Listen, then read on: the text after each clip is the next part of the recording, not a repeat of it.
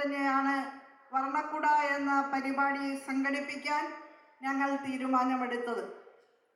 ഈ പരിപാടിയുടെ ഭാഗമായി ഈ നാട്ടിലെ നിരവധി കൊച്ചു കലാപ്രതിഭകൾക്ക് അവരുടെ കലാപ്രകടനങ്ങൾ നടത്താൻ സാധിച്ചു എന്നുള്ളതിലും അത്യധികമായ സന്തോഷമുണ്ട്. ഓരോ നാടിനും ഓരോ ജനിതകമുണ്ട്, ജൈവ സ്വഭാവമുണ്ട്. ഇരിങ്ങാലക്കുടയുടെ ജനിതകം എന്ന് പറയുന്നത് കലയാണ്.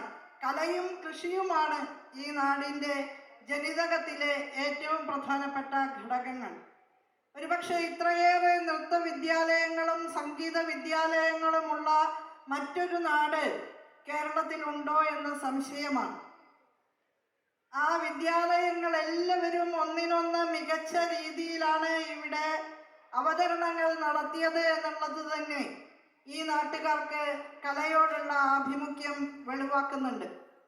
തീർച്ചയായും വെറുപ്പിൻ്റെയും വൈരാഗ്യത്തിൻ്റെയും അസഹിഷ്ണുതയുടെയും അന്തരീക്ഷം ശക്തിപ്പെടുത്തുന്നതിന് വേണ്ടി ശ്രമിക്കുന്ന ഛിദ്രശക്തികൾക്കെതിരായി നമുക്ക് ഉയർത്തിപ്പിടിക്കാൻ കഴിയുന്നത് സ്നേഹത്തിൻ്റെയും സാഹോദര്യത്തിൻ്റെയും സഹവർത്തിത്വത്തിൻ്റെയുമായ അനുഭവങ്ങളാണ്. അത് സൃഷ്ടിക്കാൻ ഏറ്റവും ഫലപ്രദമായ വേദിയാണ് കലാ അവതരണത്തിനുള്ള വേദികൾ എന്ന് നേരത്തെ തന്നെ മനസ്സിലാക്കിയിട്ടുള്ളവരാണ് നമ്മൾ.